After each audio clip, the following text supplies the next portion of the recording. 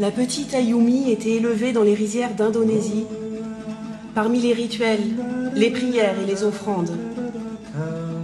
Ses parents, guérisseurs du petit village d'Akaton, travaillaient sans cesse pour faire face au flux de personnes qui venaient chercher de l'aide. Les infusions, les potions étrangères et les mélanges d'herbes étaient la routine des deux guérisseurs et la distraction de la petite Ayumi. Elle était toujours très sage et passait la plupart de son temps dans le jardin de la maison. Pour l'amuser, son père lui avait même construit un petit lagon avec plein de poissons et un petit pont qui le traversait. Elle jouait aussi avec les enfants des parents qui venaient se soigner, ou toute seule, dans son laboratoire expérimental. À côté de leur maison se trouvait une forêt, grande et sauvage, dans laquelle ses parents allaient souvent se ravitailler en plantes médicinales. Ayumi avait toujours été avertie de ne pas aller seule dans la forêt. « Ma fille, écoute-moi bien. Je t'interdis d'aller toute seule dans la forêt. C'est compris ?» lui disait son père. Mais la fillette n'avait pas envie de s'y aventurer et elle avait de quoi s'occuper dans son grand et beau jardin. Cependant, un jour, Madame Babazou, la mère d'Ayumi, tomba gravement malade.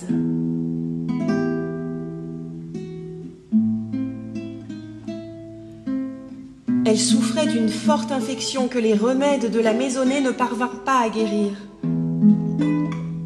Ayumi fut chargée de prendre soin de sa maman pendant que son père allait chercher le plus grand des guérisseurs pour soigner sa femme.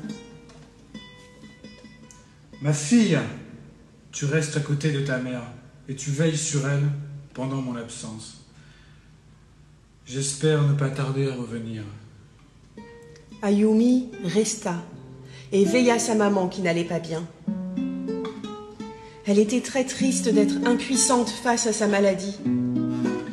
Elle voulait tellement l'aider que lorsque celle-ci s'endormit, elle se dirigea vers la forêt interdite pour trouver une fleur magique parée de 1000 couleurs. Cette fleur est la meilleure entre toutes les fleurs, lui avait dit un jour sa mère. Elle est si belle, avec toutes ses couleurs, si envoûtante, avec son parfum délicieux, que la plus miraculeuse des médecines se trouve dans ses pétales. Ayumi ne savait pas où trouver cette fleur, mais elle se souvenait très bien des paroles de sa mère. Son essence est tellement extraordinaire qu'elle est capable de soigner la pire des maladies, que ce soit celle du corps ou celle de l'esprit. Aussi, la petite savait qu'elle devait trouver la fleur le plus vite possible. L'après-midi venait de commencer quand Ayumi franchit l'entrée de la forêt.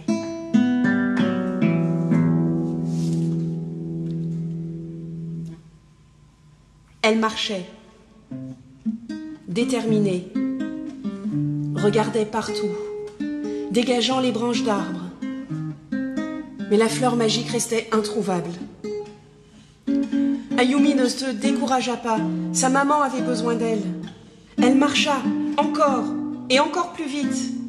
Elle s'éloigna tellement qu'il lui sembla qu'elle était sortie de la forêt, lorsqu'elle vit un petit chemin au bout duquel se trouvait une ferme qu'elle n'avait jamais vue.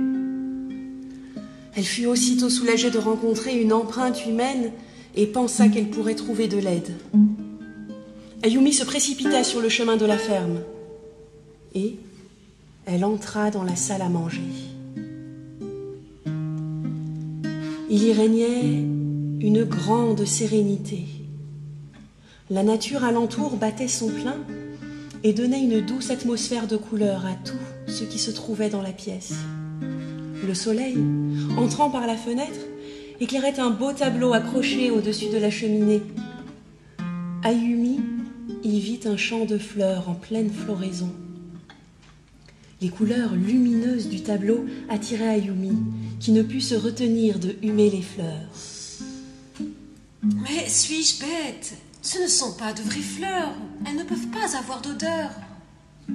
Et pourtant, des picotements commencèrent à la démanger, dans les narines, puis le long des doigts, sur la gorge, entre les orteils, le long des coudes, derrière les genoux. Malgré elle, elle entama une longue série d'éternuements. Les yeux envelés de larmes, Ayumi ne voyait presque plus rien et ne cessait de renifler comme un petit chien.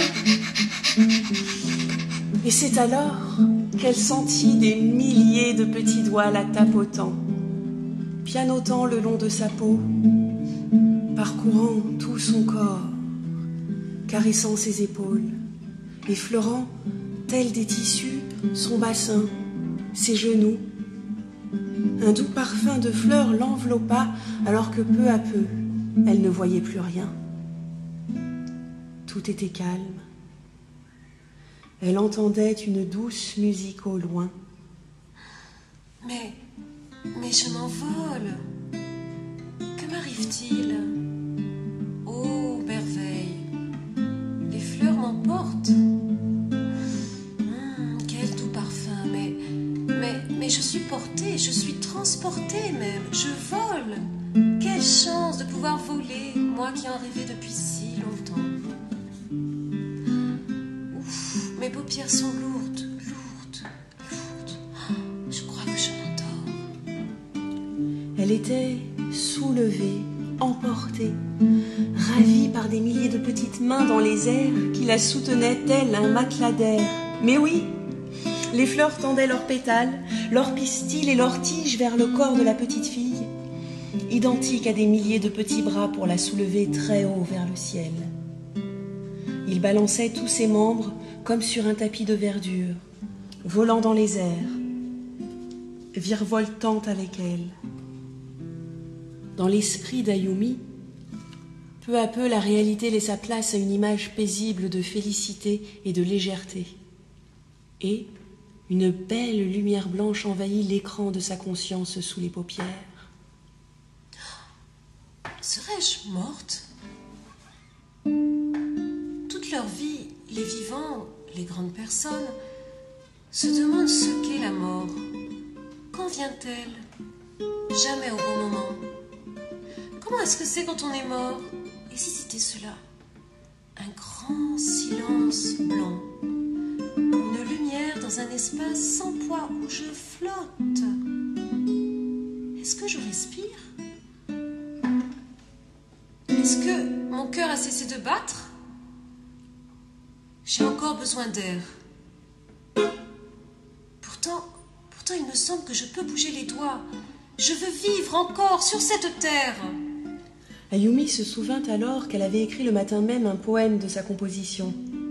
Le petit mot contenait « Je marche vers toi sans savoir qui tu es. » Mais pour le moment, le temps s'était arrêté.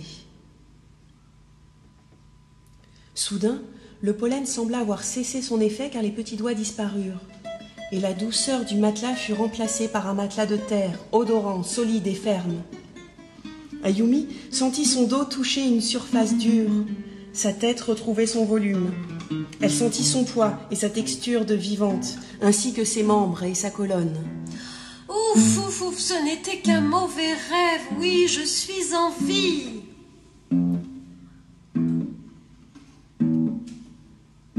Elle se réveilla dans la forêt sans aucun repère. À cet instant, la luminosité avait beaucoup diminué. La forêt était froide, humide et menaçante. Mais Ayumi n'avait pas oublié pourquoi elle était là. Ne pouvant plus compter sur ses yeux, elle mit toute son attention à s'imaginer le parfum délicieux que la fleur exhalait. Le ciel était de plus en plus obscur. Elle se hâta. Elle sentit l'herbe, l'odeur de la pluie, l'odeur des pins. Elle semblait n'être plus qu'un chien renifleur. « Mais dis donc !» dit-elle à haute voix pour se rassurer. « Je sens le parfum. La fleur est là. C'est elle. C'est elle, j'en suis sûre. C'est exactement cette odeur. Mais d'où vient-elle » Elle chercha et chercha encore. Et enfin apparut derrière une feuille cette fleur tant désirée. Ayumi la prit soigneusement et la mit dans une petite boîte. En reprenant sa route, elle ne put reconnaître le chemin et dut se rendre à l'évidence. Elle se trouvait perdue au beau milieu de la forêt. La nuit était tombée. Elle avait beaucoup marché et elle n'avait toujours pas de repère pour prendre le chemin du retour.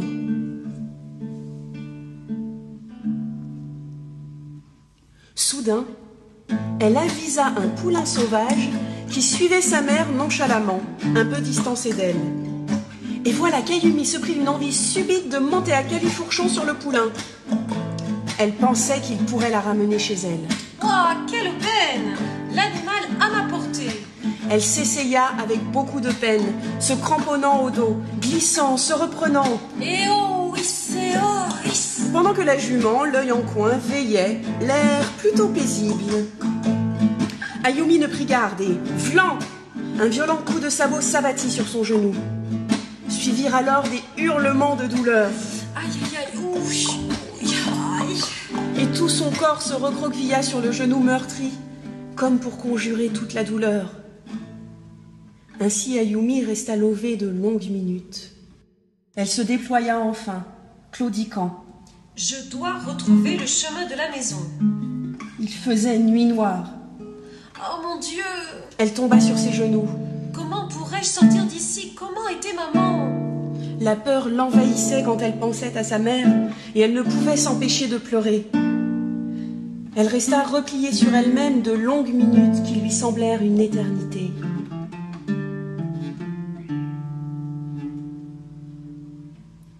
Subitement, une lumière venue de très loin l'emmena dans une autre réalité. Et une voix dont elle reconnut le timbre lui dit « Ouvre les yeux, Ayumi. Il est temps. Tu es prête à connaître la vie. » Elle ouvrit les yeux et aperçut un jeune homme qui la dévisageait en fredonnant son prénom. Ayumi, Ayumi, Ayumi, regarde-moi. Je m'appelle Cello. Alors la jeune Ayumi sentit une douce chaleur l'envahir. Alors elle sentit qu'elle avait grandi. Alors Cello comprit que c'était elle, la jeune femme qui l'attendait et cherchait depuis de nombreuses années, une jeune femme odorante, sensible et pleine de vie. Alors Ayumi comprit que c'était lui, le jeune homme auquel elle avait dédié un poème le matin même. Elle voulait le connaître et passer du temps avec lui. Très vite, Cello fonça vers la jument, l'enfourcha et revint au galop vers la jeune fille. Aujourd'hui, je sais que je veux cheminer avec Ayumi. Peu importe ce que sera l'issue de notre rencontre, je ne peux laisser passer cela. Cello souleva Ayumi, toujours en fredonnant, et la plaça devant lui sur la jument rieuse.